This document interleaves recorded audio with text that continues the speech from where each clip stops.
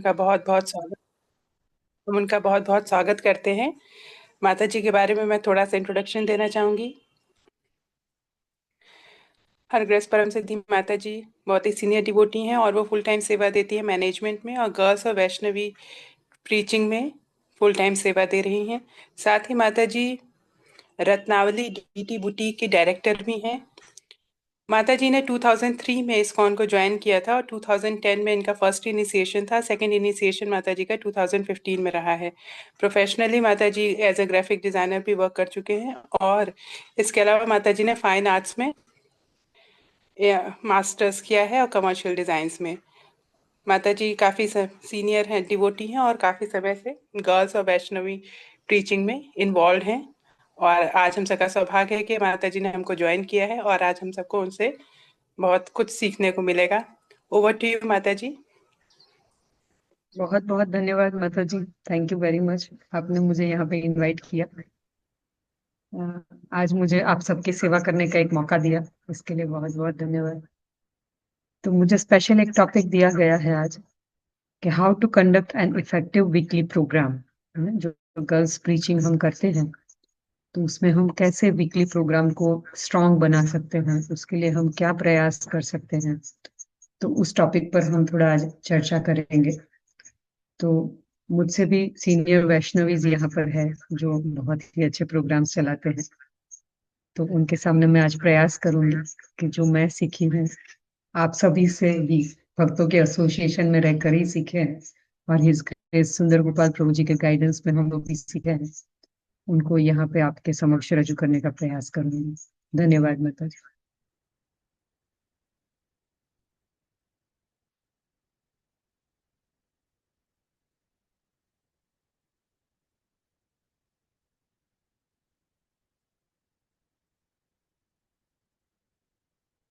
आज हम जानेंगे how to conduct an effective weekly program. कैसे हम अपने वीकली प्रोग्राम को इफेक्टिव बना सकते हैं और सबको उसमें एंगेज कर सकते हैं, है ना? तो जैसे हम एक बिजनेस शुरू करते हैं, तो उसमें हमें किन चीजों की जरूरत पड़ती है, कौन बताएगा? कोई बिजनेस जब हम शुरू करते हैं तो हमें क्या चीजें चाहिए, आप में से मैं जानना चाहती हूँ।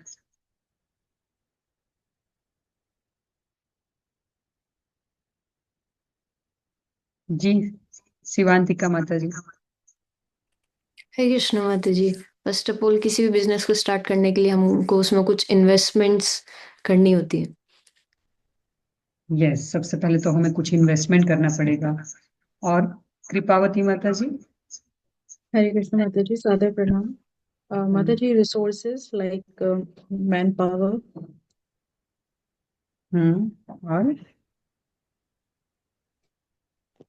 एंड बिजनेस में जो भी हमारी यूटिलिटी यूज होती है वो होना चाहिए रिलेटेड टू बिजनेस। ओके, वंशी प्रिया माता जी, आपका माइक म्यूट है, अभी भी म्यूट है।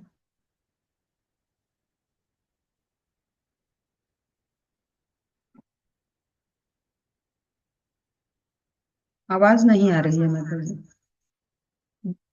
नहीं, दीपिका माता जी बताइए। हरे कृष्णा, हमारे साधक नाम माँ जी, अगर हम जिसका भी बिजनेस करना चाहते हैं उसका हमें प्रोडक्ट की भी मतलब जरूरत पड़ेगी, जिस प्रोडक्ट का हम बिजनेस करना चाहते हाँ, ये सब तो ठीक है, पर एक मुख्य एक मेन कंटेंट है जो बिजनेस के लिए बहुत ही इम्पोर्टेंट है।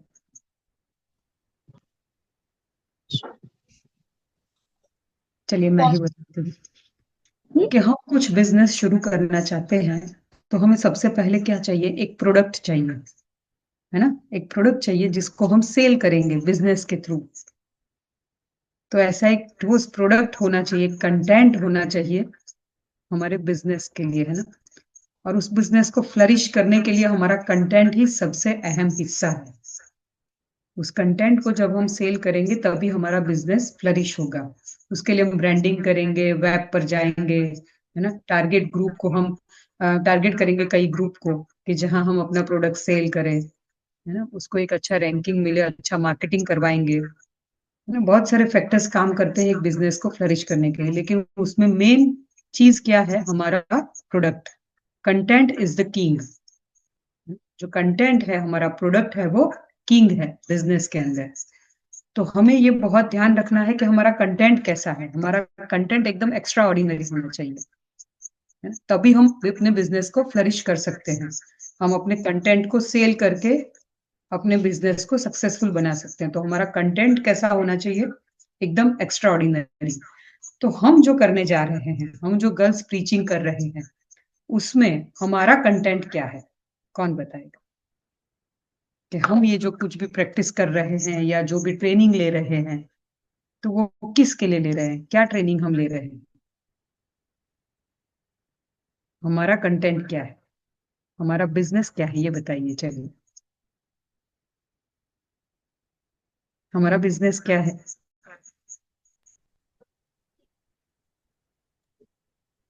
कौन बताएगा? हरे कृष्ण माता जी, सादर प्रणाम। सादर प्रणाम।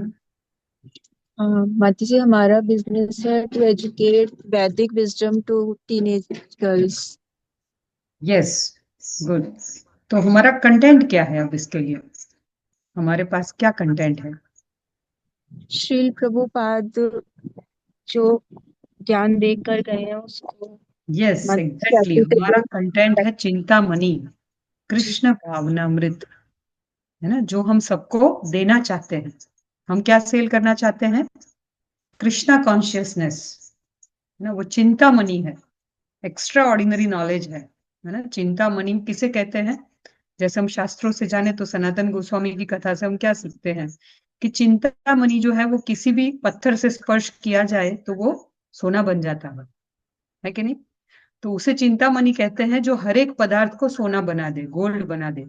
तो कृष्ण भावनामृत एक ऐसा कंटेंट है जो किसी को भी छू लेगा तो उसके जीवन को सोना बना देगा। और ये एक्स्ट्रा ऑर्डिनरी प्रोडक्ट हमें सबको सेल करनी है, खास करके हमारे यूथ स्टूडेंट्स को, है ना? गर्ल्स को, जो अभी यूथ है, टीनेज एज में है, उनको हमें ये स्पेशली चिंतामणि सेल करना है, कृष्ण भावनामृत। तो ये जो कृष्ण भावनामृत हमें प्रभुपाद जी ने दिया है, शास्त्रों से जो हमें मिला है, वो एक्स्ट्रा ऑर्डिनरी प्रोडक्ट है। कोई ऑर्डिनरी प्रोडक्ट नहीं है, एक्स्ट्रा ऑर्डिनरी प्रोडक्ट है जिसको हम सेल करने वाले हैं। तो एक्स्ट्रा ऑर्डिनरी प्रोडक्ट को सेल करने के लिए हमें एक्स्ट्रा ऑर्डिनरी प्लान्स भी बनाने पड़ेंगे, है ना? वो ऐसे ही किसी को नहीं दे सकते। उसके लिए हमें एक बेस्ट प्रेजेंटेशन हमारे पास चाहिए, एक बेस्ट मार्केटिंग चाहिए, एक बेस्ट एडवर्टाइजमेंट चाहिए, जिससे हम उनको कृष्ण भावनामृत से जोड़ सके, है ना? हमारी कृष्ण भावनामृत को सबके पास पहुंचा सके, है ना? तो ये जो ज्ञान है वो है हमारे शास्त्रों में, उसका वर्णन है भगवत गीता में। खास करके भगवत गीता का जो 9.2 वर्स है, जो परम गुह्य ज्ञान, ये जो चैप्टर है 9th चैप्टर, है ना? उसमें फर्स्ट श्लोक है 2nd नंबर का, राज विद्या राज गुह्यम पवित्रम इदम उत्तमम प्रत्यक्षावगमम धर्म्यम सुसुखम कर्तुम अव्ययम। This knowledge is the king of education. ये जो ज्ञान है, कृष्ण भावनामृत का ये जो ज्ञान है, वो क्या है? पूरे विद्याओं का राजा है, किंग। हमने अभी पहले ही बताया कि प्रोडक्ट क्या होता है? Content is king. तो हमारे पास क्या है? एक कॉन्फिडेंशियल नॉलेज है ना? ऐसा ज्ञान जो राज विद्या है। भगवान ने यहाँ पे बताया कि राज विद्या राज गुह्यम, मतलब the most secret of all secrets, मतलब कि परम गुह्य ज्ञान है ये। किसी को ऐसे ही अवेलेबल नहीं है, पर हाँ, जो अच्छे से गुरु के सानिध्य में रहकर प्रैक्टिस करेगा उसको ये ज्ञान प्राप्त होगा। तो ये मोस्ट कॉन्फिडेंशियल नॉलेज है। It is the purest knowledge, and because it gives direct perception of the self by realisation, it is the perfection of religion. तो ये ज्ञान हमें क्या सिखाता है? क्यों ये कॉन्फिडेंशियल है और क्यों ये इतना उत्तम है? क्योंकि ये एक ही ज्ञान है जो हमें रियलाइज करवाता है कि हम शरीर नहीं, हम आत्मा है ना? ये डिफरेंशिएट करने वाला ज्ञान और कहीं नहीं है, सिर्फ और सिर्फ भगवत गीता में भगवान ने बताया है कि हम शरीर नहीं, हम आत्मा है। और प्रभुपाद जी इसको इतने अच्छे से एक्सप्लेन किए हैं कि ये हमें आनंद भी देता है ना। अगर ये ज्ञान हम प्राप्त कर लेते हैं तो इट इज एवर लास्टिंग, मतलब कि हमेशा के लिए हमें आनंद देता है। और इस जन्म में ही नहीं, इस जीवन के बाद भी ये काम करता है। ये ज्ञान जो हम भौतिक ज्ञान लेते हैं, जो हम डिग्रियां लेते हैं यूनिवर्सिटी से, अगर हम डॉक्टर बन गए तो क्या मृत्यु के बाद अगले जीवन में हमारी डॉक्टर की डिग्री हमें वापस मिलेगी? नहीं मिलेगी। लेकिन जो आध्यात्मिक ज्ञान, जो ये राज विद्या है, भगवत गीता का ज्ञान है, भागवतम का ज्ञान है, ये जो हम लेंगे वो हमें नेक्स्ट बर्थ में भी काम आएगा। LIC का एक स्लोगन है ना, जीवन के साथ भी और जीवन के बाद भी। लेकिन कोई LIC की ब्रांच गोलोक में नहीं है, कोई LIC की ब्रांच स्वर्ग में नहीं है, कहीं पे भी नहीं है, नर्क में भी नहीं है। तो LIC सिर्फ जीवन के साथ ही चलती है, वो भी जिसने ली है उसी के पास। जीवन के बाद नहीं चलती। जीवन के बाद सिर्फ हमारा कृष्ण कॉन्शियसनेस नॉलेज चलेगा। तो ये हमें डिलीवर करना है, Krishna conscious knowledge teenage youth में। ये सबसे इम्पोर्टेंट एस्पेक्ट है हमारे आज के टॉपिक का, कि हम क्या डिलीवर करेंगे, कृष्णा कॉन्शियसनेस, ये हमें सेल करना है। तो ये बहुत ही कॉन्फिडेंशियल नॉलेज है जो हमें लोगों को डिलीवर करना है। तो यहाँ बताते हैं कि the most confidential knowledge, the knowledge of Krishna consciousness is the king of all knowledge. राज विद्या है ये, ऐसा ज्ञान और कहीं नहीं बताया गया है ना। कोई भी शास्त्रों में शरीर और आत्मा का भेद नहीं सिखाया गया, जो कि सबसे हाईएस्ट नॉलेज है, हाईएस्ट ज्ञान है ना। शरीर और आत्मा का भेद समझना, ये हाईएस्ट नॉलेज है। तो ये एक्स्ट्रा ऑर्डिनरी प्रोडक्ट है ना। और राज विद्या, ये कृष्ण भावनामृत ज्ञान विद्या का राजा है। तो क्यों राजा है? क्योंकि इसको समझना बहुत ही कठिन भी है और बहुत आसान भी है। अचिंत्य भेदा भेद है ना, मोस्ट कॉन्फिडेंशियल, परम गुह्य भी है। पर अगर हम एक अच्छे गुरु के सानिध्य में रहकर इसको सीखेंगे, इसको समझेंगे और आत्मा और शरीर के बीच का भेद जान पाएंगे, तो ये हमारे लिए बहुत ही आसान हो जाएगा। एक गुरु के सानिध्य में रहकर सीखना, ये ज्ञान लेना। तो हमें ऐसे गुरु बनना है ना, हमें ऐसे मेंटर बनना है कि हम यूथ को ये ज्ञान सिखाए, है ना, जैसे प्रभुपाद ने दिया है, एज इट इज सिखाए। तो ये सबसे इम्पोर्टेंट है कि हमें ये ज्ञान सीखना है और आगे भी उनको सिखाना है। और जैसे हम देखते हैं कि ये ज्ञान को लेते हुए, इसकी प्रैक्टिस करते हुए हम डिवोशनल सर्विस में जुड़ सकते हैं। मतलब आध्यात्मिक सेवाओं में हमारी रुचि बढ़ती है और हम इसको परफॉर्म करते हैं, आध्यात्मिक सेवाओं को। फिर आगे शब्द आता है पवित्र उत्तमम, मतलब कि ये मोस्ट प्योरेस्ट ट्रांसीडेंटल नॉलेज है। मतलब कि ये शरीर को भी हमारे शुद्ध करता है, हमारी चेतना को भी शुद्ध करता है। ये ज्ञान जब हम लेते हैं, कृष्ण भावनामृत की प्रैक्टिस करते हैं जब हम, तो ये हमारे आत्मा की, हमारे मन की, हमारी बुद्धि का शुद्धिकरण करता है। और उसके द्वारा हम जब डिवोशनल सर्विस में एंगेज होते हैं तो हमारा प्योरिफिकेशन होता है। जैसे जैसे ये स्टेज पे हम आगे बढ़ते जाते हैं तो एक प्रकाश की अनुभूति करते हैं हम अपने जीवन में, है ना। बहुत सारी एंजाइटीज हमें घेरी हुई रहती है, लेकिन जब हम ज्ञान प्राप्त करते हैं कि हम ये शरीर नहीं, हम आत्मा है, शरीर से जुड़ी हुई सारी चीजें नश्वर है, एक न एक दिन ये खत्म होने वाली है, ये जब हम लोगों को समझाते हैं तो जीवन में से, उनके जीवन में से क्रोध, काम, लोभ, मोह, ये सब दूर होता जाएगा धीरे धीरे। तो स्पेशली हमें हमारे स्टूडेंट्स को ये ज्ञान देना है ताकि वो अपने जीवन में से इन दूषणों को निकाल सके, अपनी मानसिकता को एक स्टेप ऊपर ले जा सके, ना, अपने मन में से राग, द्वेष, ईर्ष्या को दूर कर पाए। तो ऐसा नॉलेज हमें देना है उनको। और ये नॉलेज जब वो प्रैक्टिस करेंगे ना तो ऑटोमेटिकली रिवील्ड होगा। जैसे कि एक नारद मुनि का एग्जाम्पल है हमारे शास्त्रों में, कि नारद मुनि बहुत छोटे से थे, पिछले जन्म में जब बहुत छोटे से थे तो अपनी माँ के साथ एक आश्रम में रहते थे, और उस आश्रम में बहुत सारे संत महात्मा आते रहते थे। और उनकी जो माता थी वो हमेशा उनको, जो भी संत महात्मा आते उनको बहुत अच्छे से कुकिंग करके सर्विंग करती, उनको प्रसाद खिलाती। और जो नारद मुनि थे वो उनकी हेल्प करते, और फिर जब भी संत महात्मा प्रसाद ले लेते तो वो थालियां वगैरह जो पत्थर थे वो सब सफाई नारद मुनि करते, और उनका जो रेमनेंट्स था, है ना, उनका जो महाप्रसाद, वो नारद मुनि खाते थे। तो बस सिर्फ इतना करने की वजह से, संत महात्माओं का रेमनेंट्स खाने की वजह से नारद मुनि को नेक्स्ट बर्थ नारद मुनि का मिला, है ना। उनको डिवोशनल सर्विस करने का ये फायदा मिला कि नेक्स्ट बर्थ में वो संत बने, भगवान के भक्त बने, प्योर डिवोटी बने भगवान के, है ना, और प्रचार में जुड़े। नारद मुनि ने कितने सारे लोगों को प्रचार किया, एक जगह कभी वो रुके ही नहीं, घूमते रहे और प्रचार करते रहे। तो नारद मुनि का बहुत बड़ा एग्जाम्पल है कि कैसे हम डिवोशनल सर्विस में एंगेज हो सकते हैं, किस तरह से हम अपना प्योरिफिकेशन कर सकते हैं। तो इस तरह से हम यूथ को ये एग्जाम्पल्स देकर डिवोशनल सर्विस में एंगेज कर सकते हैं। फिर है devotional service, direct perception of self realisation, प्रत्यक्ष डायरेक्ट परसीव, मतलब कि जब हम डिवोशनल सर्विस करते हैं ना, तो हमारे अंदर हम अनुभूति करते हैं कि हमें कुछ चेंज आ रहा है ना, कुछ प्योरिफिकेशन हो रहा है, कुछ अनर्थ निकल रहे हैं हमारे अंदर से, ये हम खुद महसूस कर सकते हैं। और इसीलिए इस ज्ञान को राज विद्या कहा गया है, और ऐसा ज्ञान कोई भी यूनिवर्सिटी में दिया नहीं जा रहा आजकल।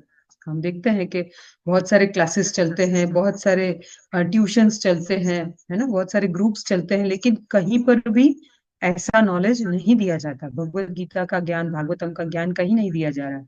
हालांकि हम देखते हैं कि हमारे पहले के सदी के जो लोग थे, लगभग 100 साल पहले के लोग, वो लोग हमेशा रात को इकट्ठा होके, गांव के बीच में एक चौराहा होता था, पेड़ होता था, उसके नीचे बड़ा सा ओटला बना के सब बैठते थे और भगवान के गुणों की चर्चा करते थे, कथा करते थे, राम लीला करते थे, कृष्ण लीला करते थे, है ना, ऐसे ड्रामास करते थे सब मिलके। तो ये सब उस जमाने में चलता था, इसके कारण हमारी संस्कृति बची हुई थी, लेकिन आजकल वो सब डिग्रेड होता जा रहा है ना? कोई राजविद्या को नहीं अपना रहा, क्योंकि उनको पता ही नहीं है उसका क्या महत्व है। वो जानते ही नहीं कि ये राजविद्या है ना। वो लोग मानते कि ये तो सब मैथोलॉजी है, क्योंकि ऐसा एक प्रोपोगंडा खड़ा करके माहौल बनाया गया है कि हम जो भौतिक शिक्षाएं ले रहे हैं वही सही है ना। स्टूडेंट्स के दिमाग में ये सब भर दिया गया है कि आप लोग जो यूनिवर्सिटी में पढ़ते हैं वही सही नॉलेज, पूरा वैनिश कर दिया गया है हमारे आध्यात्मिक कल्चर को। तो हमें उसको रिवाइव करना है। हालांकि हमारी प्रोडक्ट बहुत एक्स्ट्रा ऑर्डिनरी है, प्रभुपाद ने बहुत सारे तरीके सिखाए हैं, पूरा सब सारा स्टफ तैयार करके दिया है, प्रोडक्ट रेडी करके दिया है, हमें सिर्फ सेल करना है।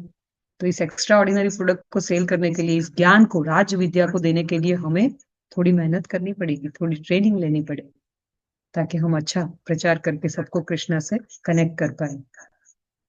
फिर आगे इसमें वर्ड है सुसुखम, मतलब कि जॉयफुल है ना, ऐसा नहीं कि बोरिंग है ना। भगवत गीता जब हम सीखते हैं, भागवतम जब हम पढ़ते हैं, ये बताया है कि hearing, chanting, dancing and fisting करना क्या है, प्रैक्टिस करने में क्या करना, प्रैक्टिस चैंटिंग करना है, जिसमें कितना आनंद आता है, सब लोग मिल के कीर्तन करते हैं, डांसिंग कीर्तन हरे कृष्ण महामंत्र पे, तो कितना मजा आता है।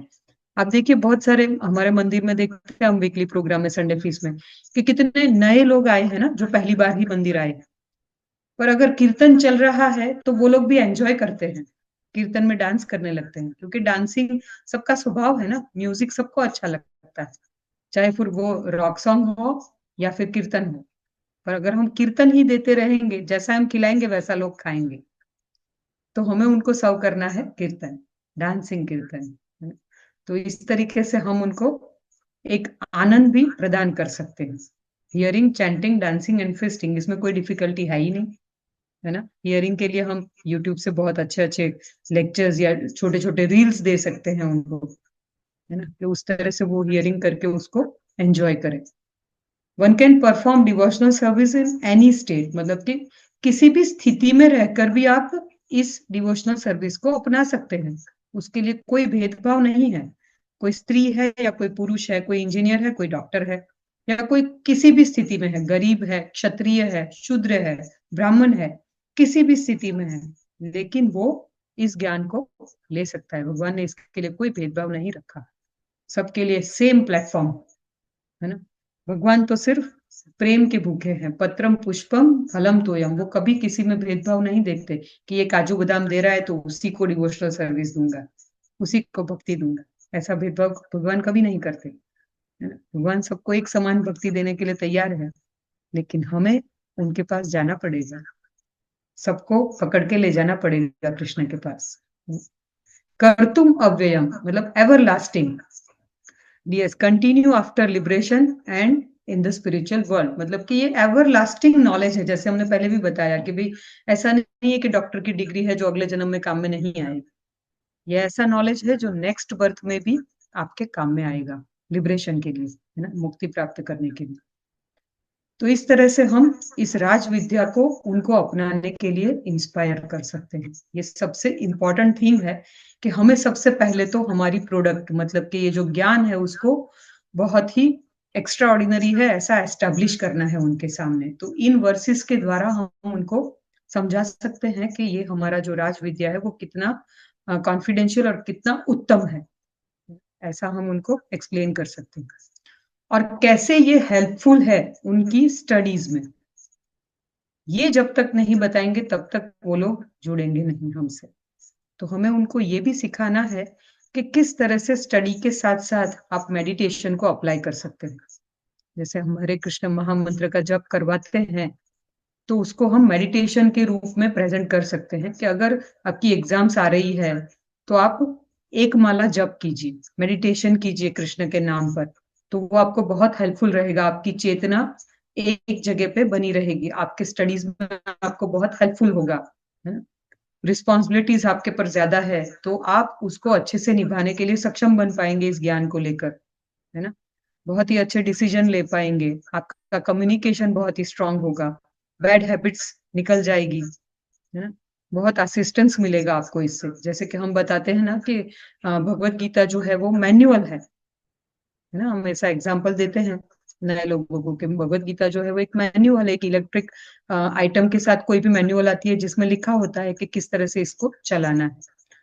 तो उस तरह से पता चलता है कि इसको कैसे चलाया जाए। तो भगवत गीता जो है, शास्त्र जो है, वो हमारे जीवन का एक मैनुअल है जो हमें सिखाता है कि किस तरह से हमें जीवन को जीना है।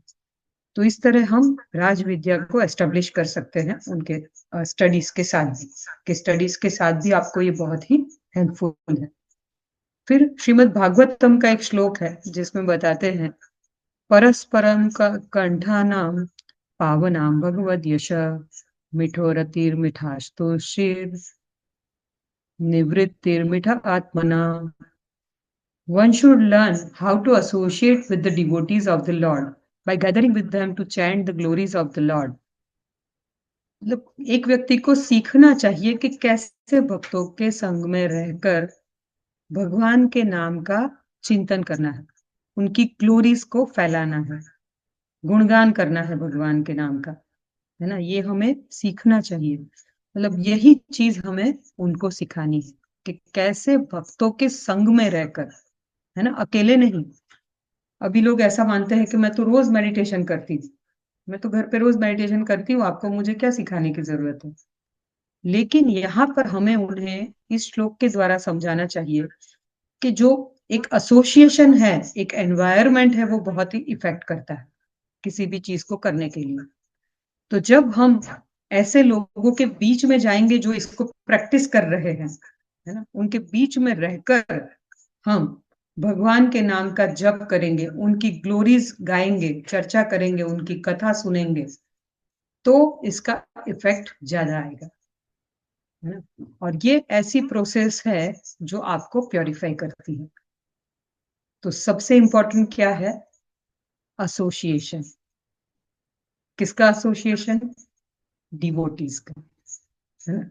Most important is devotee association. This process is most purifying. As devotees thus develop their loving friendship, they feel mutual happiness and satisfaction. क्या है कि जब हम डिवोटीज के साथ एक फ्रेंडशिप डेवलप करते हैं ना, जहां बीच में कृष्ण होते हैं। फ्रेंड्स तो बहुत होते हैं, जो कॉलेज गर्ल्स होती है, स्टूडेंट्स होते हैं, उनके बहुत सारे फ्रेंड्स होते हैं, लेकिन वो कैसे फ्रेंड्स होते हैं? Materialistic friends. लेकिन यहाँ पर जहां हम उन्हें बुलाकर फ्रेंडशिप बनाने बोल रहे हैं, वहां पे कैसे फ्रेंड्स होंगे? Devotee friends. Loving friendship develop होगी यहाँ पे। क्यों? क्योंकि फ्रेंडशिप करने का एक माध्यम क्या है? कृष्ण। कृष्ण की खुशी के लिए, कृष्ण के नाम की चर्चा के लिए, कृष्ण कथा के लिए हम एक दूसरे से फ्रेंडशिप कर रहे हैं, है ना? तो ये फ्रेंडशिप जो है वो हमें क्या देगी? खुशियां देगी और एक सेटिस्फेक्शन भी देगी, जो कि बाहर की फ्रेंडशिप में नहीं मिलेगा, है ना? बाहर की फ्रेंडशिप में तो बहुत कंपटीशन रहती है एक दूसरे के प्रति, ईर्ष्या भाव रहता है।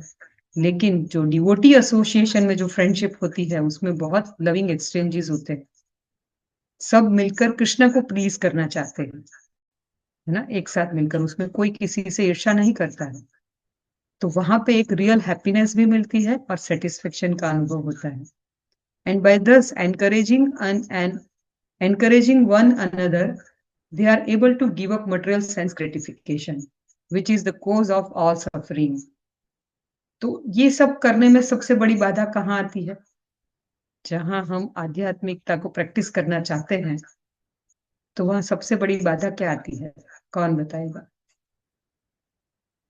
हम कुछ अच्छा करना चाहते हैं, कुछ डिवोशनल सर्विस प्रैक्टिस करना चाहते हैं, तो वहां कौन सी प्रॉब्लम हमारे प्रैक्टिकल लाइफ में आती है?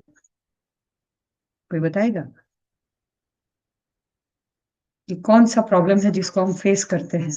यस, राधिका, कृपा माता जी। हरे कृष्ण माता जी, सादर प्रणाम। माता जी, पहला तो वही जो इन्वायरमेंट है हमारा, वो आता है कि कैसे जो है हम, अगर हम भक्ति करना चाह रहे हैं तो हमारा इन्वायरमेंट हमको बोलेगा कि ये क्या कर रहे हो आप, आपके जमाने में ऐसा कौन करता है। तो बहुत सारा चैलेंज हो जाता है माता जी। थैंक यू माता जी। हरे कृष्ण सादर। यस, बढ़िया, अच्छा बताया कि हमारे घर का जो एटमोस्फियर है वो हमें बांध के रखता है, माया पकड़ के रखती है कैसे भी करके, है ना? और दूसरा, ये तो है ही, पर एक मुख्य चैलेंज है जो हमारे खुद के द्वारा आता है। अरे, हमारे मन के द्वारा माता जी। कैसे? मन के द्वारा कैसे?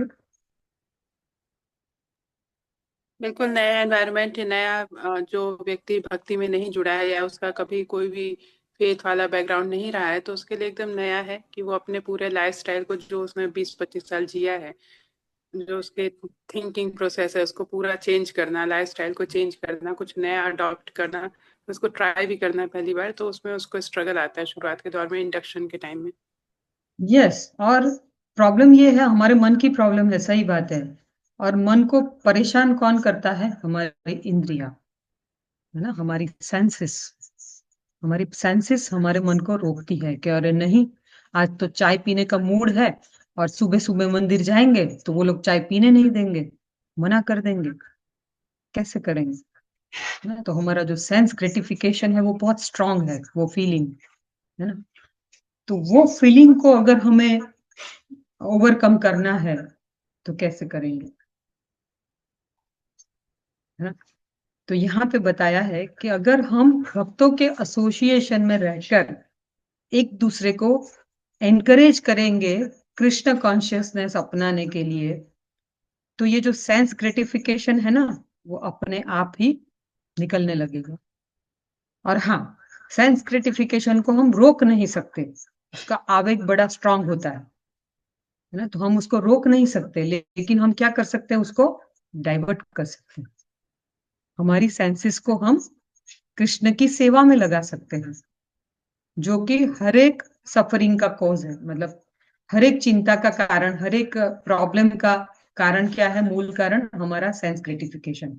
अगर इसको हम उनको सिखा दे कि इसको किस तरह से डाइवर्ट करना है कृष्णा कॉन्शियसनेस में, तो वो बच्चे बहुत इफेक्टिवली पार्टिसिपेट करेंगे, है ना? कृष्ण को अपनाने में बहुत जल्दी ही आगे बढ़ेंगे वो। तो हमें उनकी सेंसेस को डाइवर्ट करना है कृष्णा कॉन्शियसनेस में, है ना? इसका बहुत बड़ा एग्जाम्पल है अम्बरीश महाराज, है ना? हमने बहुत बार सुना है, बहुत स्टोरीज में, कि अम्बरीश महाराज अपनी सारी सेंसेस को भगवान की सेवा में लगाए रखते थे, ताकि वो मटेरियल डिजायर में जाए ही नहीं, है है ना, जो कि कॉज ऑफ ऑल सफरिंग है। तो इस तरह से हमें उनको सिखाना है कि किस तरह हम अपनी सेंसेस को डाइवर्ट कर सकते हैं। परस्पर अनुकंठानाम, when devotees engage in sankirtan, chanting the glories of the Lord together, they experience the highest transcendental bliss and satisfaction, increase mutual enthusiasm for Krishna consciousness। जब हम संकीर्तन ले जाएंगे सबको, है ना, एक साथ इकट्ठा करके जब हम संकीर्तन करते हैं तो एक दूसरे को देख के सबका उत्साह बहुत बढ़ जाता है कि मैं अकेली नहीं हूं ये कर रही हूँ। अभी आपने बताया ना कि घर में सब रोकते हैं और शायद अपने मन की भी उपज होती है कि अरे ये मैं क्या करने आ गई, मैं यहाँ कहाँ आ गई इस एटमोसफियर में।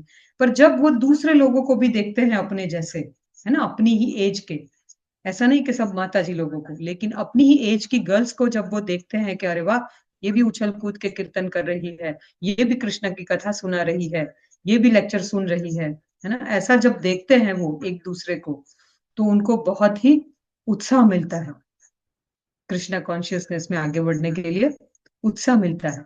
तो ये सबसे इंपॉर्टेंट है कि सबको एक साथ इकट्ठा लाना, है ना, together they will perform best Krishna consciousness. तो सबको इकट्ठा लाना भी बहुत इंपॉर्टेंट है, परस्पर अनुकंठाना। By thus encouraging one another, they are able to give up material sense gratification, which is the cause of all suffering. मतलब हमने बताया अभी कि जैसे वो लोग एक दूसरे को ये प्रैक्टिस करते देखेंगे ना, अगर वो देखेंगे कि ये तो चलकर पूरी मंदिर की परिक्रमा कर रही है और मैं तो पूरा दिन वो रेस में जा रही हूँ, रनिंग रेस में, मैराथन चल रहा है वहां पे, तो अच्छा है, ये तो यहाँ पे तो 4-5 लड़कियां ऐसे ही रनिंग कर रही है, भगवान की परिक्रमा लगा रही है, तो उसको कुछ लाभ मिल रहा है, तो क्यों ना मैं भी रेसिंग छोड़ के यहीं पे अपना वॉकिंग करूं।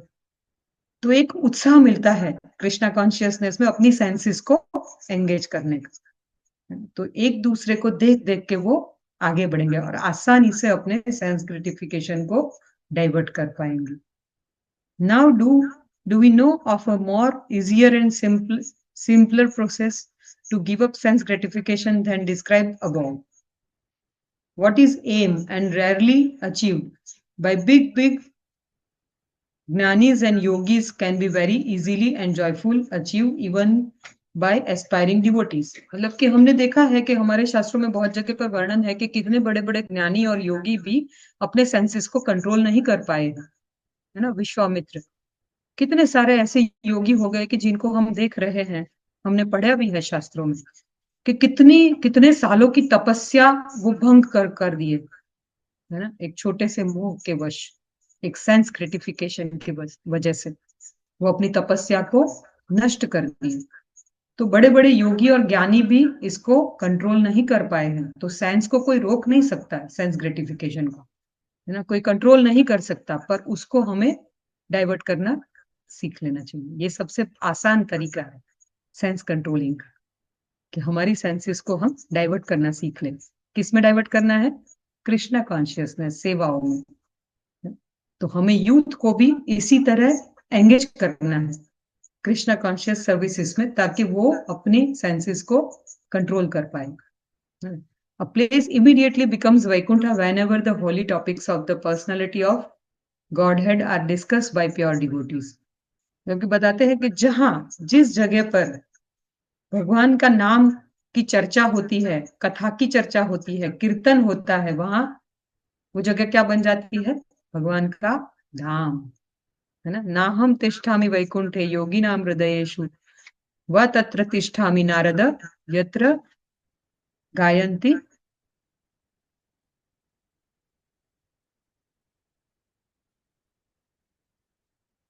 नारद। तो बताते हैं भगवान कि मैं कोई योगियों के हृदय में नहीं रहता, ना मैं वैकुंठ में रहता हूँ, लेकिन मैं कहाँ रहता हूँ? हे नारद, मैं वहां रहता हूँ जहां मेरे भक्त मिलकर मेरी कथा सुनते हैं, मेरे नाम का कीर्तन करते हैं, मेरे गुणगान करते हैं। तो भगवान बताते हैं कि मैं उसी जगह पे रहता हूँ, है ना, मेरे भक्तों के हृदय में, है ना, मेरे भक्त जहां मिलकर कृष्ण कथा कर रहे हैं, जहां कीर्तन कर रहे हैं, वहां मैं रहता हूँ। तो ये हमें उनको जरूर बताना है कि हम सब मिलकर यहाँ पे संकीर्तन करेंगे, भगवान के नाम का जप करेंगे, तो भगवान यहीं पर उपस्थित है हमारे बीच में कृष्ण। तो association with devotees means association with the Lord. तो ऐसा ही एक सिमिलर और श्लोका श्रीमद् भागवतम में दिया हुआ है 3.25.25 सताम प्रसंगाम मम वीर्य संविदो भवन्ति हृद कृष्ण रसयनाः कथा तज जोशनाद अव अपार्वग वर्तमानी श्रद्धा रतिर्भक्तिर अनुक्रमिष्यति। In the association of pure devotees, discussion of the pastimes and activities of the Supreme Personality of Godhead is very pleasing and satisfying to the ear and the heart. क्या बताया है कि जब हम भक्तों के संग में बैठकर भगवान की लीलाओं का डिस्कशन चर्चा करते हैं ना, भगवान की लीला और उनकी जो एक्टिविटीज थी उसके बारे में जब हम चर्चा करते हैं तो भगवान बहुत ही खुश होते हैं। और ये जो एक्टिविटी है वो हमारे कानों को, मतलब हम सुनते हैं उसको तो हमारे कानों को संतुष्टि प्रदान करती है और हमारा हार्ट प्योर बनता है, हमारे हृदय का शुद्धिकरण होता है जब हम शुद्ध भक्तों के एसोसिएशन में भगवान का नाम चर्चा करते हैं। By cultivating such knowledge, one gradually becomes advanced on the path of liberation. ऐसी प्रैक्टिस करते करते एक व्यक्ति भक्ति पथ पर आगे बढ़ सकता है ना। ऐसा करते करते भक्तों के एसोसिएशन में रहकर जो भक्ति की प्रैक्टिस करता है वो धीरे धीरे भक्ति में प्रगति करता है और अंततः वो मुक्ति प्राप्त करता है, गोलोक धाम उसको प्राप्त होता है। And thereafter he is freed and his attraction becomes fixed. मतलब कि ऐसा करते करते उसका अट्रैक्शन माया से हटकर कृष्ण में लग जाता है, कृष्ण में स्थिर हो जाता है।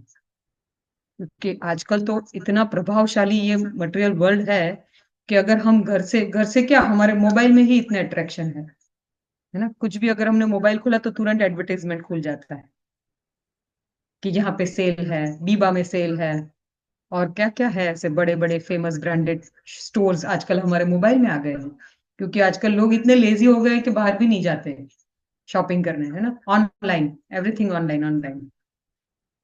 तो लालच हमारे हाथ तक आ गई है और हमारे हाथ में ही है स्टोर सारे। तो हम उसी में हम इतने अट्रैक्ट हो जाते हैं ये सब देख के एडवर्टीजमेंट, हालांकि ये दिखावा है।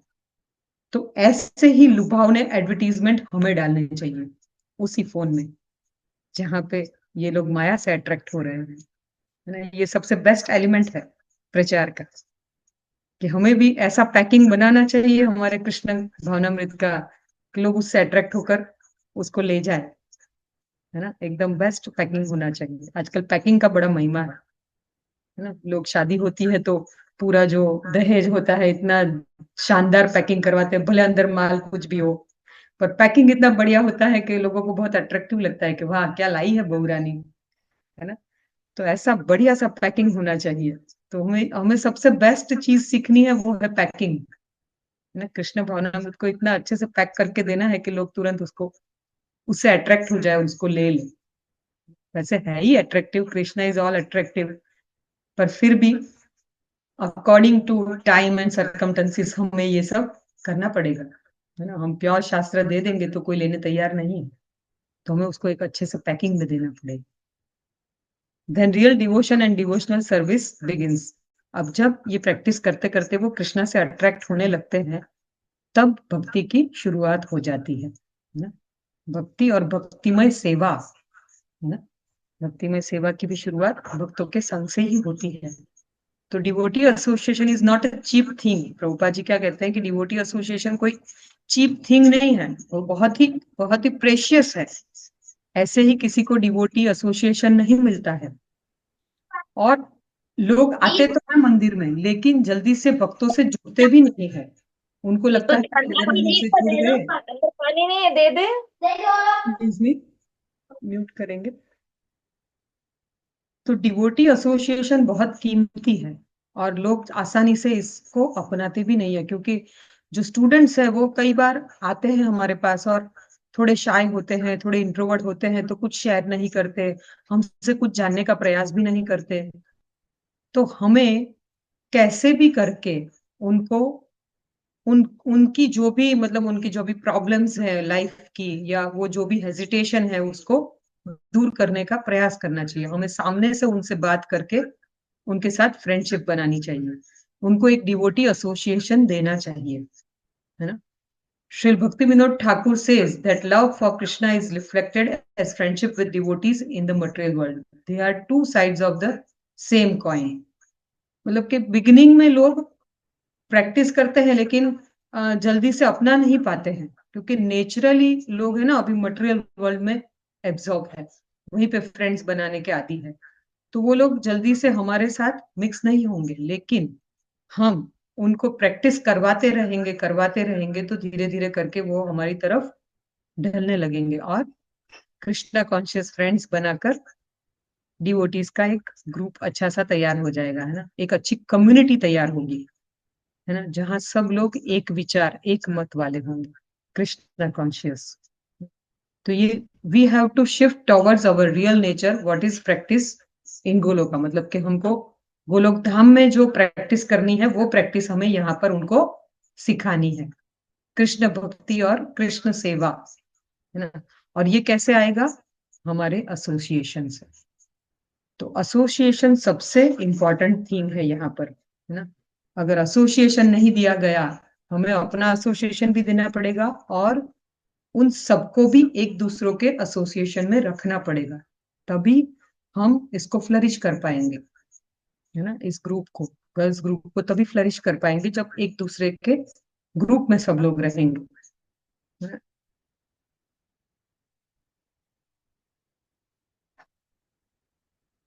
यहीं पर ये टॉपिक हमारा खत्म होता है, और उसके आगे हम कुछ टिप्स बताएंगे आपको कि वीकली प्रोग्राम को इफेक्टिव बनाने के लिए क्या हमारे पास एलिमेंट्स है ना।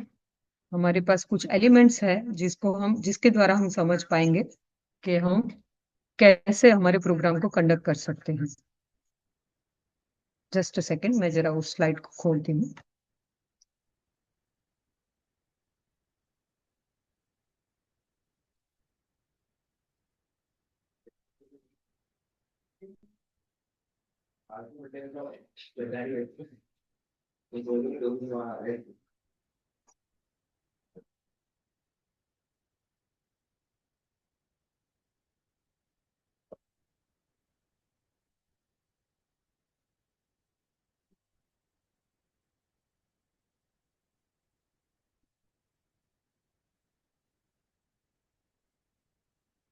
सबको दिख रहा है? जी माता जी। तो यहाँ पर कुछ एलिमेंट्स है जो हम इस वीकली प्रोग्राम को सक्सेसफुल बनाने के लिए यूज कर सकते हैं। जैसे अब तक हमने शास्त्रों से सीखा कि किस तरह से हम उनको गैदर कर सकते हैं, किस तरह से उनको राज विद्या का महत्व समझा सकते हैं, और किस तरह से उनको राज विद्या दे सकते हैं, है ना, शास्त्रों से कुछ कोट करके उसका महत्व समझा के, है ना। तो इस तरह से एक बार हम उनको ले आए तो फिर हर प्रोग्राम को हम कैसे कंडक्ट करें, क्या क्या एलिमेंट्स उसमें यूज करें जिसके द्वारा हम उनको और इफेक्टिव बना सकते हैं हमारे प्रोग्राम को, और कैसे उनको आसानी से हमारे साथ जोड़े रख सकते हैं। एक बार आ तो जाएंगे, लेकिन इतने प्रलोभन है संसार में, और इतनी सारी हमारे इस्कॉन जैसी बहुत सारी और भी संस्थाएं आजकल हो गई है जो कि मायावादी ज्ञान की तरफ उनको अट्रैक्ट करती है ना। तो सही जगह पर उनको पकड़े रखने के लिए हमें क्या करना पड़ेगा, वो हम थोड़ा यहाँ से सीखने का प्रयास करेंगे, है। तो सबसे पहला है कि स्ट्रक्चरिंग अ वीकली प्रोग्राम, मतलब कि एक वीकली प्रोग्राम हमें प्लान कर देना पड़ेगा जब पहली बार हम इन लोगों से मिलते हैं। तो हर वीक पे कोई एक स्पेसिफिक जगह पर हम उनको बुलाएंगे और वहां पे हम एक प्रोग्राम कंडक्ट करेंगे, है ना। तो सबसे पहले जब प्रोग्राम कंडक्ट करते हैं तो वो लोग आते हैं तो हमें उन्हें एक बहुत अच्छे वार्म स्माइल के साथ उनको वेलकम करना पड़ेगा। एक फ्रेंडली कन्वर्सेशन होना चाहिए हमारा उनके साथ। 2-3 लोगों के नाम हमको आने चाहिए कि हम उनको नाम से बुलाएं, क्योंकि जब हम देखते हैं कि कोई हमें नाम से बुलाता है तो हमें एक अपनापन महसूस होता है ना, कि अरे ये मुझे जानते हैं, है ना, इस तरह से। तो जब भी वो आते हैं प्रोग्राम में, गर्ल्स आते हैं, न्यू गर्ल्स, तो हमें उनको 1-2 जने के नाम पूछने चाहिए कि क्या नाम है आपका, आप पहली बार आए हैं मंदिर, आइए आइए please, welcome welcome in our program. ऐसे करके हमें उनको बहुत अच्छा वेलकम देना चाहिए। किसी किसी को हम हग कर सकते हैं, तिलक लगा सकते हैं, नरसिंह अत्तर लगा सकते हैं, है ना। तो ये सब करने से उनको बहुत अच्छा फीलिंग आएगा, क्योंकि बाहर की दुनिया में ऐसा वेलकम कोई नहीं करता, है ना, प्रेम से हग करके, है ना, ऐसा वेलकम कोई नहीं करता। तो हमें एक अच्छा सा वेलकम उनको देना चाहिए, हरे कृष्ण बोलना चाहिए, है ना? इस तरह से उनको प्रोग्राम में वेलकम करना चाहिए। फिर नेक्स्ट है girls should feel value and respect, मतलब हमें उन्हें एक रिस्पेक्ट भी देना है। वो कहीं से भी आए हैं, कैसे भी है ना, कैसा भी जीवन जीते हैं, लेकिन हमें उनको एक अच्छा आवकार देना है। और जब हम बैठाते हैं तब सबसे पहले कन्वर्सेशन में हमें एक दो लोगों को खड़ा करके ये पूछना चाहिए कि क्या आप आपके जीवन के गोल को आप जानते हैं, बताइए आपके जीवन का क्या गोल है। तो जो भी गोल वो बताते हैं तो उसका थोड़ा ग्लोरिफिकेशन करना चाहिए उनके गोल का, और फिर हमें उनको असली गोल भी बताना चाहिए कि जीवन का असली गोल क्या है ना। इस तरह से हम उनको थोड़ा कन्वर्सेशन हम उनके साथ कर सकते हैं, आदान प्रदान। फिर है एक आइस ब्रेकर एक्टिविटी होता है, आप सबको वैसे मालूम ही होगा, बहुत सारे प्रोग्राम्स आप लोग कर चुके होंगे। तो एक आइस ब्रेकर एक्टिविटी इसलिए होता है, आइस ब्रेकर मीन्स के बर्फ को तोड़ना। तो जब लोग आते हैं ना, नए लोग तो नई जगह पे आए होते हैं, तो थोड़ा गुमसुम रहते हैं कि अरे हम कहाँ आए हैं, किससे बात करें, क्या बात करें। तो चुपचाप बैठे होते हैं सब लोग। तो उस माहौल को, है ना, थोड़ा फ्रेश बनाने के लिए, थोड़ा लाइव बनाने के लिए हमें कुछ छोटी सी एक्टिविटी करनी होगी। और वो छोटी सी एक्टिविटी में हम जैसे कुछ जोक कह सकते हैं, कुछ थोड़ा हल्का सा डांसिंग कीर्तन कर सकते हैं, है ना, कुछ भजन गा सकते हैं, ऐसे कुछ भी हम कुछ फन फील्ड छोटा सा गेम खेल सकते हैं सबके साथ इकट्ठा करके, या छोटा सा कोई स्कीट प्ले कर सकते हैं एकदम स्टार्टिंग में ही, ताकि सब लोग हंसे और थोड़ा लाइवलीनेस आए प्रोग्राम में, है ना। तो ऐसा कुछ करके हमें उस प्रोग्राम को थोड़ा लाइव बनाना है, ताकि सब लोग एकदम गुमसुम से नहीं बैठे रहे।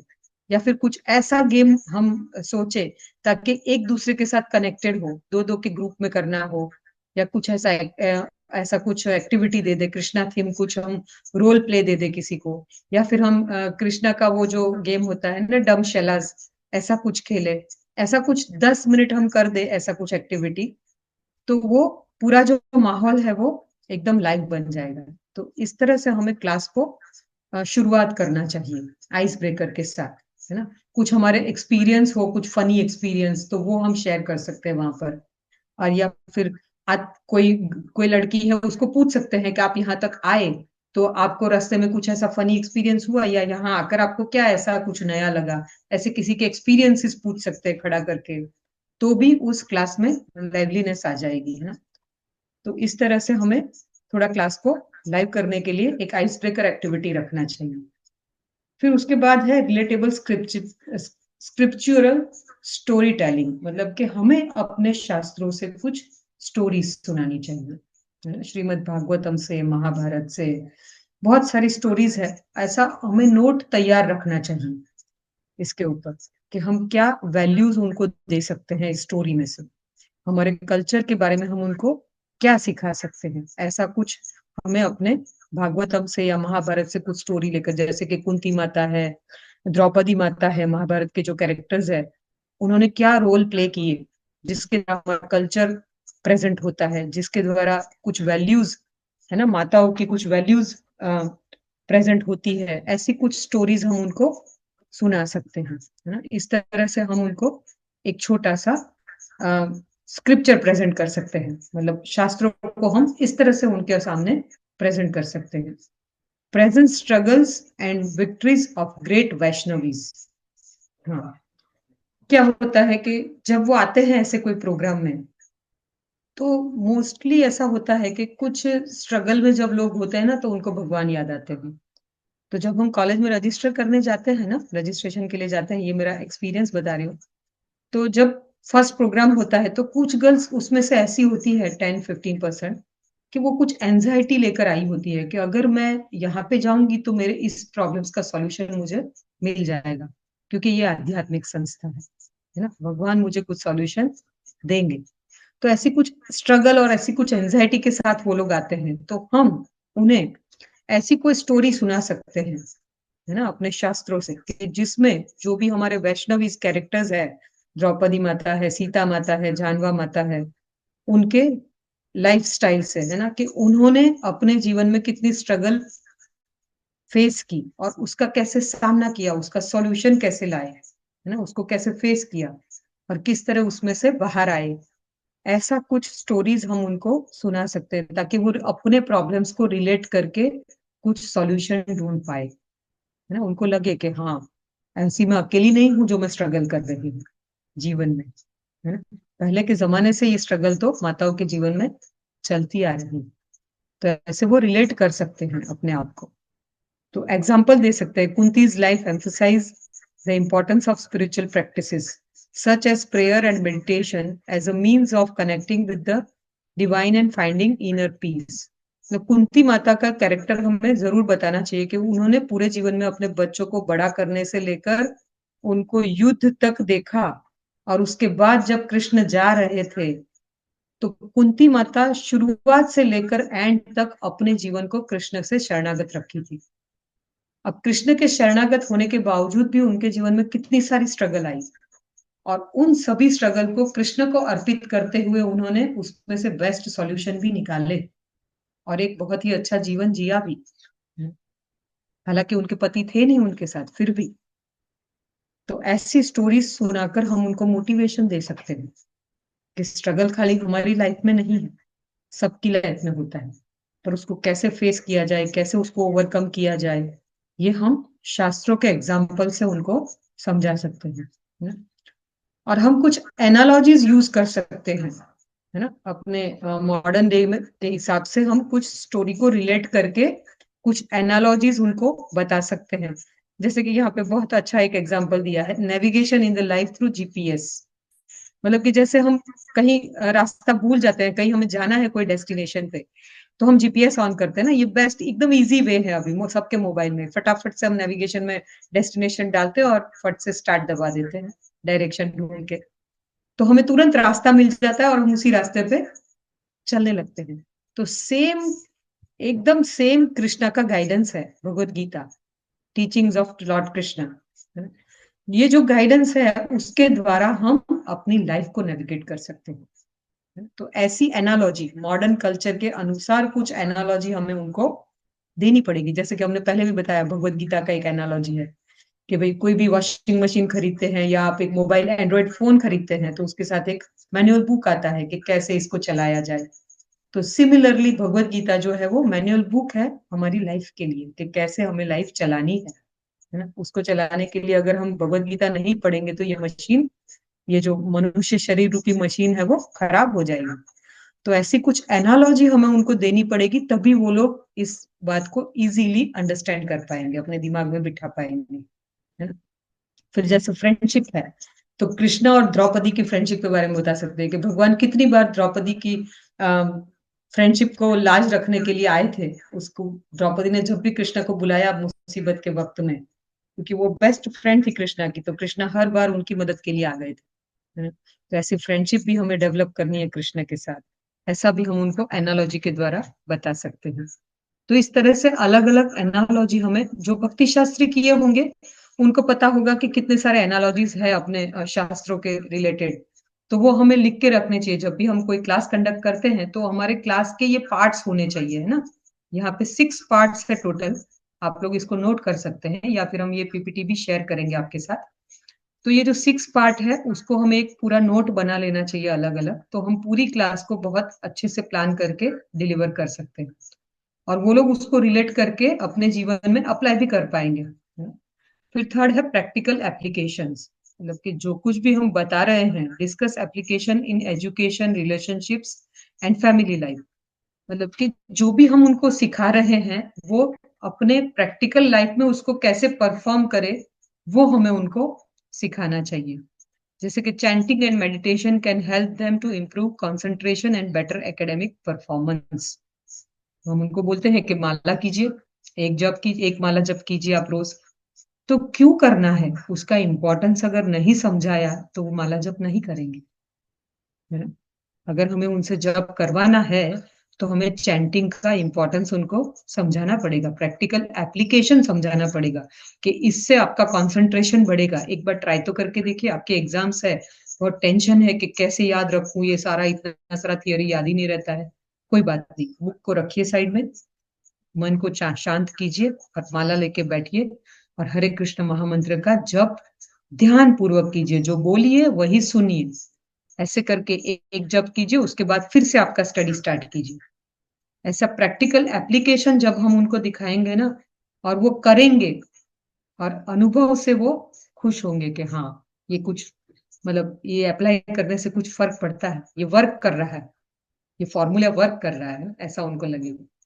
तो Krishna consciousness emphasize on values like honesty, integrity, respect, empathy, compassion, selfless love, and decision making, which can foster harmonious relationships in their careers and strengthen family bonding। मतलब कि जो कृष्णा कॉन्शियसनेस है, अगर वो उनको अपनाएंगे ना तो वो उनके जीवन में कुछ वैल्यूज ऐड करते हैं, जैसे कि ऑनेस्टी, है ना, इंटेग्रिटी, रिस्पेक्ट। पेरेंट्स खुद ही आपको बोलेंगे है ना आकर कि आपने हमारे बच्चों को क्या सिखाया है, कि उनका पूरा बिहेवियर चेंज हो गया है घर में, है ना? तो हमें उन्हें ये सिखाना है कि बड़ों को रिस्पेक्ट देना है, माता पिता को, गुरु को रिस्पेक्ट देना है, अपने सिबलिंग से सेल्फलेस लव होना चाहिए, है ना? कुछ वजह से ही हम उनको प्रेम करें ऐसा नहीं, है ना, से एक सेवा पूर्ण प्रेम होना चाहिए, अच्छे डिसीजन लेने चाहिए, परफेक्ट डिसीजन लेने चाहिए, कंपैशनेट होना चाहिए, दया दिखानी चाहिए छोटों के प्रति। तो ये सब गुण उनमें डेवलप होंगे जब वो कृष्णा कॉन्शियसनेस को अपनाएंगे।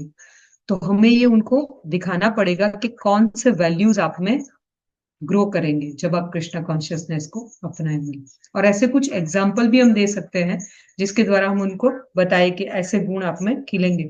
जैसे कि प्रहलाद महाराज का एग्जाम्पल दे सकते हैं, भक्त प्रहलाद, है ना, हालांकि वो राक्षस कुल में था, है ना, उसमें पूरे राक्षस का खून बह रहा था हिरण्यकशिपु का, पर फिर भी वो क्या थे, भक्त। कितने अच्छे गुण थे उनके अंदर। तो इस तरह से हम कृष्णा कॉन्शियसनेस को अपनाकर अच्छे गुणों को डेवलप कर सकते हैं। तो ये हमें उन्हें सिखाना है कि प्रैक्टिकल लाइफ में आप कैसे इसको अप्लाई करें। Solve real life problems using Bhagavad Gita and Shri Prabhupada books. आजकल सब लोग ऐसा डिमांड करते हैं कि बताइए भगवद गीता में स्ट्रेस के बारे में कहाँ लिखा है, भगवद गीता में क्रोध को कंट्रोल करने के लिए कहाँ लिखा है ना, ऐसा पूछते हैं। तो हमें, हमारे पास पूरा एक ऐसा लिस्ट है कि भगवद गीता में कौन से श्लोक किस चीज को रिलेट करते हैं। तो ऐसे लिस्ट को हमें अपने हाथ में रखना चाहिए हमेशा और उनको उससे प्रैक्टिकल प्रॉब्लम सॉल्यूशंस देने चाहिए। Bhagavad Gita understanding their true nature and as eternal soul and developing personal relationship with Krishna can help in spiritual growth and fulfillment in life। तो रियल प्रॉब्लम्स है स्ट्रेस, रिलेशनशिप एंड कॉन्फ्लिक्ट्स, है ना, career uncertainty. तो ये सब जो real problems है उनके सॉल्यूशन भगवद गीता में कहाँ पर है, वो हम उनको इन श्लोकों के द्वारा बता सकते हैं, उनको कोट कर सकते हैं क्लास में। प्रभुपाद के कई सारे लेटर्स हैं जिनमें ऐसे सॉल्यूशंस दिए हुए हैं। पर हाँ, एक चीज जरूर है कि हमें उन्हें सॉल्यूशंस तो देने हैं, पर वो सॉल्यूशंस के जो भी रिएक्शंस है या जो भी आने वाले उसके जो भी कारण है वो खुद पर ले, ऐसी रिस्पॉन्सिबिलिटी लेना भी हमें उन्हें सिखाना चाहिए, या फिर हमें ऐसे ही सिखाना चाहिए कि ये सही है और ये गलत, अब डिसीजन आप लीजिए, है ना। शास्त्रों के द्वारा हम आपको ये बता सकते हैं कि आपके इस कॉन्फ्लिक्ट में, आपके इस प्रॉब्लम में ये सॉल्यूशन है, पर ये सॉल्यूशन को आप लाने के लिए जो तरीका अप्लाई करना चाहते हैं वो आपके ऊपर डिपेंड है, क्योंकि सब जिम्मेदारी अगर हम लेंगे तो हमें भी रिएक्शंस भुगतने पड़ेंगे, क्योंकि ये नए लोग हैं, पता नहीं कैसे इसको अप्लाई करेंगे। तो हमें उनको एक गाइडेंस देना है कि वो अपने डिसीजंस खुद ले, प्रॉब्लम्स में से बाहर आने के लिए शास्त्रों के आधार पर खुद डिसीजन लेना सीखे, है ना। इस तरह से हमें उनको गाइड करना है, कल्टीवेट करना है। फिर है सेवा एंगेजमेंट, उनको हमें सेवा के लिए इंस्पिरेशन देनी है। एनकरेज पार्टिसिपेशन इन कुकिंग, कीर्तन, decorating for festivals and helping new commerce. कैसा होता है कि देखिए जितने भी लोग आते हैं ना, सबका मूड एक सा नहीं होता और सब में कुछ ना कुछ विशेषताएं होती है कि सबकी किसी न किसी चीज में एक्सपर्टीज होती है। किसी को कुकिंग में इंटरेस्ट होता है, किसी को डेकोरेशन में इंटरेस्ट होता है, तो किसी को कीर्तन में इंटरेस्ट होता है, किसी को सिंगिंग में इंटरेस्ट होता है। तो हमें उनके साथ फ्रेंडशिप बनाकर उनके मूड को जानने का प्रयास करना पड़ेगा और उस मूड के हिसाब से हमें उनको सेवा देनी है। अगर ऐसा नहीं करेंगे और सबको एक ही सेवा में लगाएंगे तो मैशअप हो जाएगा और कंटाल के कई लोग चले जाएंगे। तो उनकी सेवा के, उनके मूड के अकॉर्डिंग हमें उन्हें सेवा के लिए इंस्पायर करना चाहिए और सेवा भी उसी के अकॉर्डिंग असाइन करनी चाहिए। कोई ग्रुप सेवा होती है, कोई लोनली सेवा होती है, अलग अलग सेवाएं होती है। तो अलग अलग सेवाओं के लिए हमें अलग अलग एक्सपर्ट गर्ल्स को लगाना चाहिए। इससे उनको एक एंगेजमेंट मिलेगा, है ना, एक स्पिरिचुअल एंगेजमेंट मिलेगा, तो वो लोग जुड़े रहेंगे हमसे, है ना। ऐसा सोचेंगे नहीं कि अरे मंदिर जाके क्या करूं, कीर्तन तो हर बार करते हैं, कुछ और तो एंगेजमेंट है ही नहीं, क्या करें। अब हमारे वहां देखिए, अभी मैराथन शुरू हुआ तो हमने सभी गर्ल्स को बोला कि आप लोग बुक डिस्ट्रीब्यूशन कीजिए, है ना। तो आ रही 4-5 गर्ल्स आती है एवरी संडे और उन्होंने बुक डिस्ट्रीब्यूशन शुरू किया। अब उसमें से एक दो गर्ल ऐसी है कि जो बोलने में थोड़ी नरम है, मतलब उनको शर्म आती है सबको ऐसे जाकर बुक बांटने में। तो हमने उनको काउंटर पे बिठा दिया कि आप यहाँ पे बैठो और लिखो कि कितनी बुक्स गई, है ना, कितना ऑनलाइन पेमेंट आया, कितना कैश आया, ऐसा आप बैठ के लिखो, आपका सेवा ये है ना। बांटेंगे ये बाकी के गर्ल्स। अब हम उनको मना कर देंगे कि आप तो सही नहीं बोलते हो, आप तो ढंग से प्रीचिंग नहीं करते हो, आप तो बोलते ही नहीं हो, चुप खड़े रहते हो, ऐसे थोड़ी बुक जाती है। तो फिर दूसरे संडे से वो नहीं आएगी। तो हमें उनके मूड के अकॉर्डिंग उनको एंगेज करना पड़ेगा सेवा में, अलग अलग सेवा में, है ना। किसी में टेक्निकल स्किल्स है तो हम उसको पोस्टर बनाने दे सकते हैं, पीपीटीज बनाने दे सकते हैं, क्लास कोऑर्डिनेशन दे सकते हैं, है ना। इस तरह से हम उनको अलग अलग सेवाओं में एंगेज कर सकते हैं। किसी की क्रिएटिव स्किल्स है तो गार्लैंड मेकिंग करेंगे, फेस्टिवल में डेकोरेशन का सेवा करेंगे, रंगोली बनाएंगे। हालांकि गर्ल्स में ये नॉर्मल गुण होते हैं, रंगोली का, क्राफ्टिंग वगैरह उनको ऐसे ही स्वतः ही पसंद होता है। तो ऐसी जनरल सेवाओं में तो हम उनको लगा ही सकते हैं। लेकिन कुछ लोग होते हैं जो बहुत स्पेसिफिक सेवा ही करेंगे। कुछ लोग होते हैं जिनका कुकिंग का ही मूड होता है और कुछ लोगों का बिल्कुल कुकिंग का मूड नहीं होता। तो फिर हमें उनके मूड के अकॉर्डिंग उन्हें सेवा देनी चाहिए। और हाँ, सेवा के साथ साथ हमें उन्हें कुछ रिस्पॉन्सिबिलिटीज भी देनी चाहिए, ताकि वो लोग अपने आप को एक जवाबदार व्यक्ति भी बना पाए। क्योंकि आखिरकार गर्ल्स को शादी करके एक फैमिली मेंटेन करना है, आगे जाकर एक फैमिली की रिस्पॉन्सिबिलिटी उठानी है। तो उसके लिए हमें उनको अभी से तैयार करना है। ये किसी घर में ये संस्कार नहीं दिए जा रहे हैं। तो हमें उनको एक रिस्पॉन्सिबिलिटी, छोटी छोटी रिस्पॉन्सिबिलिटी देकर उनको तैयार करना चाहिए बड़ी रिस्पॉन्सिबिलिटी के लिए, है? तो मंदिर में कुछ छोटी छोटी सेवाएं होती है, उसका जवाबदारी हमें उनको सौंप देना चाहिए कि भी चलो इस बार कुछ प्रेरणा फेस्टिवल कर रहे हैं तो आपको ये पूरा जो ड्रामा वाला टीम है उसको मैनेज करना है, उसको पूरा ऑर्गेनाइज करना है, ये आपकी जिम्मेदारी है, आप मुझे रिपोर्ट करेंगे, है ना। इस तरह से अलग अलग डिपार्टमेंट में हमें उन लोगों को अलग अलग मुख्य सेवक का टैग देकर एक रिस्पॉन्सिबिलिटी देना चाहिए और उनको सिखाना चाहिए कि कैसे रिस्पॉन्सिबिलिटी को निभाना भी है।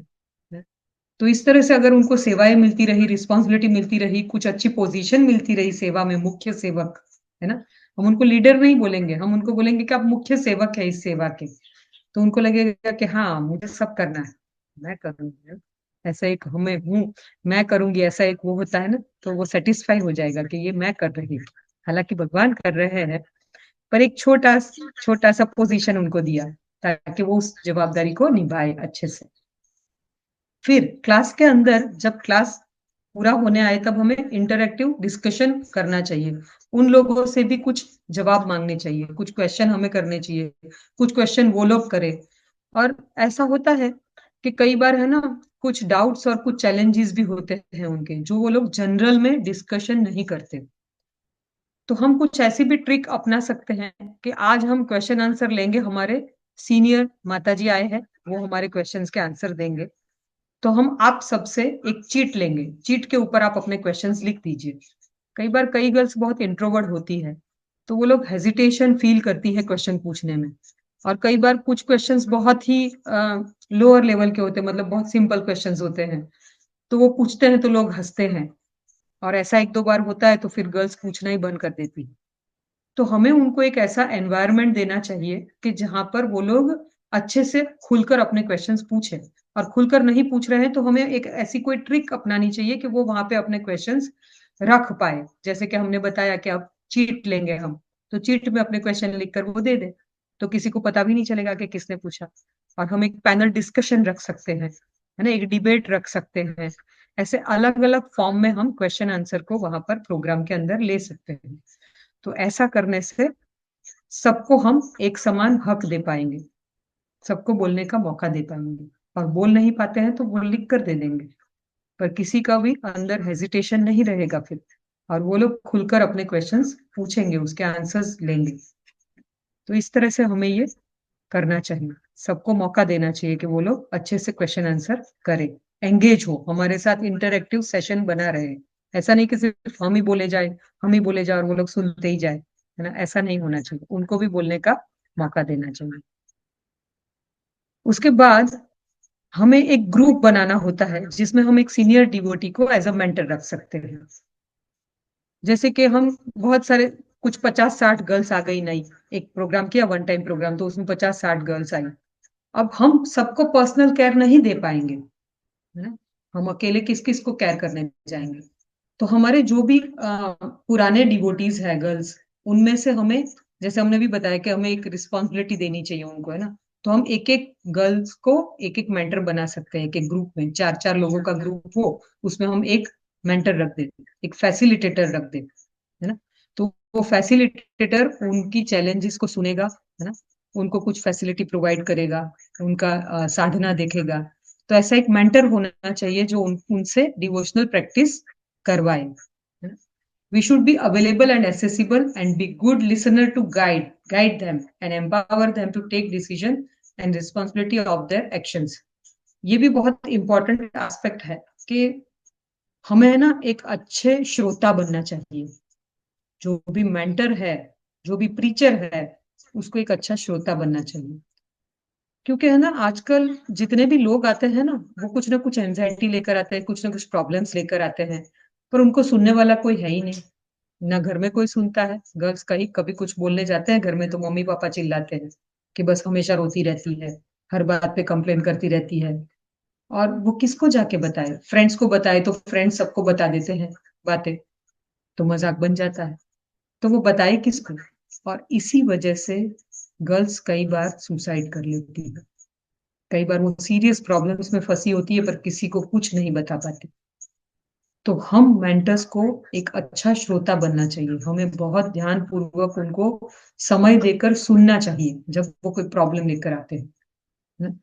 बहुत अच्छे से हमें उनको सुनना चाहिए और हमें उनको शास्त्रों के द्वारा गाइडेंस देना चाहिए और उनको एम्पावर करना चाहिए कि वो खुद डिसीजन ले, और जो भी डिसीजन लेंगे, उस जो एक्शंस होंगे उसके पीछे, उसकी रिस्पॉन्सिबिलिटी उनकी खुद की रहेगी।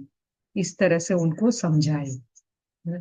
पर अगर हम अच्छे से सुन भी लिए ना, तो उनका 80% प्रॉब्लम वहीं पे रिलीज हो जाएगी। प्रेशर होता है ना, माइंड पे एक प्रेशर होता है उनके, तो वो प्रेशर वही रिलीज हो जाएगा जब वो कुछ किसी के आगे सब कुछ बोल देंगे। तो हमें उनको बहुत ध्यान से सुनना है। Young girls like to take guidance and they need solution for the problems, मतलब उनको चाहिए कि कोई हमें इन प्रॉब्लम्स का सॉल्यूशन दे, लेकिन वो कहाँ जाके पूछे। सबसे बड़ी प्रॉब्लम आजकल ये है कि कॉलेज गर्ल्स जो होती है बहुत प्रॉब्लम्स फेस करती है, कॉलेज में, घर में, सब जगह, और खुद के बॉडी से भी, क्योंकि कुछ उम्र पर हमारे बॉडी के हार्मोन्स में भी बहुत सारे चेंजेस आते हैं, तो उसकी वजह से भी स्वभाव में बहुत बड़ा चेंज आता है। तो वो बहुत सारे प्रॉब्लम्स, इनर प्रॉब्लम्स भी फेस करती रहती है, पर उसको किसके साथ डिस्कस करें। तो हमें ऐसा श्रोता बनना है कि वो आकर सब कुछ हमें बताए और हम उनको अच्छे से गाइड करें। ये सबसे इम्पोर्टेंट है। तो हमें, अगर हम सब जगह नहीं पहुंच पाते तो हमें एक एक सीनियर डिवोटी उनको असाइन करके देने चाहिए ताकि वो उनको अच्छे से सुने, और अगर वो जवाब नहीं दे पा रहे तो हमारे साथ डिस्कस करके उनको गाइड करें। और हमें उनसे बहुत अच्छी रिलेशनशिप बनानी चाहिए, ये सबसे इम्पोर्टेंट है, क्योंकि जब तक रिलेशनशिप स्ट्रांग नहीं होगी तब तक कोई हमसे कुछ भी शेयर नहीं करेगा।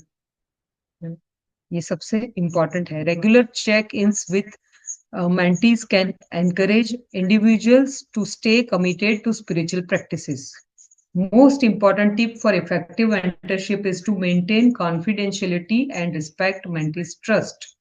ये सबसे इम्पोर्टेंट बात है कि अगर कोई हमसे कुछ शेयर करता है ना, चलो किसी लड़की ने हमसे कुछ शेयर की, कुछ कॉन्फिडेंशियल बात थी उसकी जो हमसे शेयर की, और अगर हमने उसको सबके बीच में डिस्क्लोज कर दिया तो उसका ट्रस्ट हम पर से उठ जाएगा, फिर वो आगे कुछ भी शेयर नहीं करेगी हमसे, है ना। तो ये बहुत इंपॉर्टेंट है कि हम किसी को गाइड करते हैं, हम किसी के मेंटर है, तो हमें सबका सुनना है, लेकिन उसको हमारे अंदर रखना है, लोगों के बीच में बताना नहीं है। अगर हम ऐसा नहीं कर पाए तो हम सबका विश्वास नहीं जीत पाएंगे, और अगर उनका विश्वास हम पर से उठ गया तो फिर हमारी कही हुई बातें भी वो नहीं सुनेंगे, हमारे गाइडेंस को भी वो स्वीकार नहीं करेंगे, अपने जीवन में नहीं उतारेंगे। तो ये सबसे इम्पोर्टेंट है कि हम इफेक्टिव मेंटरशिप अगर मेंटेन करनी है हमें, तो सबकी बातों को कॉन्फिडेंशियल रखना पड़ेगा, तभी वो हमसे शेयर करेंगे सारी बात।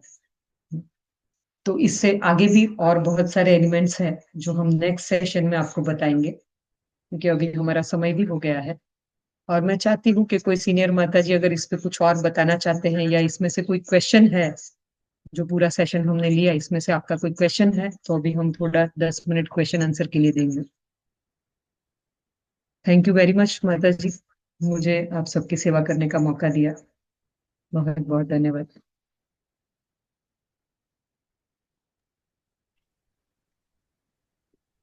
हरे कृष्णा। अगर किसी का कोई क्वेश्चन है तो आप अपना हैंड रेज कर सकते हैं या फिर चैट में भी डाल सकते हैं।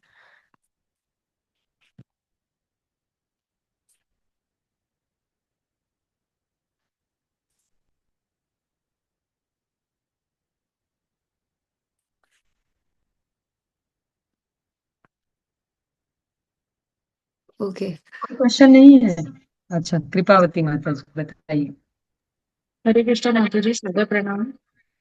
अम, माता जी, जैसे स्टार्टिंग में आपने बताया था कि बहुत से लोग भगवत गीता को या श्रीमद् भागवतम को माइथोलॉजी बोलते हैं, और ऐसा होता भी है जब हम लोग बुक डिस्ट्रीब्यूट करने चाहते हैं तो उनकी बात को किस तरह काट सकते हैं, किस तरह उनको मतलब ऐसा आंसर दें कि उनको वो समझ में आए, क्योंकि हम लोग आंसर तो देते हैं लेकिन वो ऐसा लगता है कि हमें अंदर से सेटिस्फाइड नहीं आंसर देके।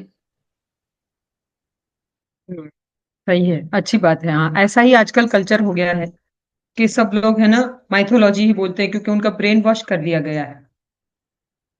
सभी जगह ऐसे एडवर्टीजमेंट, ऐसा प्रचार बना दिया है सोशल मीडिया ने कि भाई ये माइथोलॉजी है, लेकिन हम अपने शास्त्रों के ही कथन से उनको ब्रेक कर सकते हैं। जैसे भगवत गीता में अभी हमने बताया कि राज विद्या राजगुह्यम, है ना, भगवान बताते हैं कि ये राज विद्या है, और बहुत सारे लोगों ने इसको अपनाया है और कृष्ण भावनामृत में आगे बढ़े हैं। भागवतम में कितने सारे कैरेक्टर्स हैं जो कि बताते हैं कि कृष्ण भावनामृत को अपनाकर उन्होंने कितनी प्रगति की और भगवत धाम वापस गए। और रामायण और जो महाभारत है उसके कैरेक्टर्स के द्वारा, मतलब कि अभी जैसे हम उनको मॉडर्न उस वे में बताना चाहे, तो जैसे साइंटिस्ट लोगों ने ये रिसर्च किया है ना कि राम सेतु अभी भी है ना, वो इसमें इंडिया के मैप में, अपने गूगल मैप पे भी दिखा रहा है कि राम सेतु अभी भी है। तो हम जी। उनको ऐसी कुछ फैक्ट्स, चीजों को इकट्ठा करके रखें और उनके सामने उसको प्रस्तुत करें, तब जाके वो लोग मानेंगे कि हाँ कृष्ण है, भगवान है, और ये सब जो शास्त्र है वो माइथोलॉजी नहीं, वो कृष्ण की कथाएं हैं। तो ऐसे हम साइंटिफिक वे में उनको प्रेजेंट करके बता सकते हैं। और ऐसे बहुत सारे हमारे वीडियोस भी बनाए हुए हैं अमोघ लीला प्रभु ने और सबने, कि किस तरह से हम इस माइथोलॉजी को डिबेट में हम जीत सकते हैं। तो ऐसे वीडियोस आप रिफर कर सकते हैं। जी, थैंक यू माता जी। हरे कृष्णा, प्रणाम। प्रणाम। और कोई?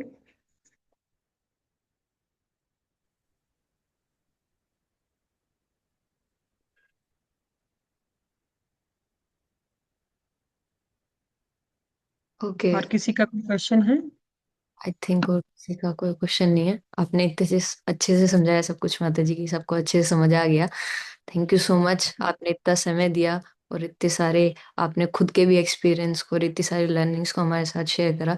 Thank you so much and we would Hare like to hear more from you. Thank you so much for joining. Thank you माता जी। हरे कृष्ण। जगत गुरु श्रील प्रभुपाद की जय, गुरुदेव की जय।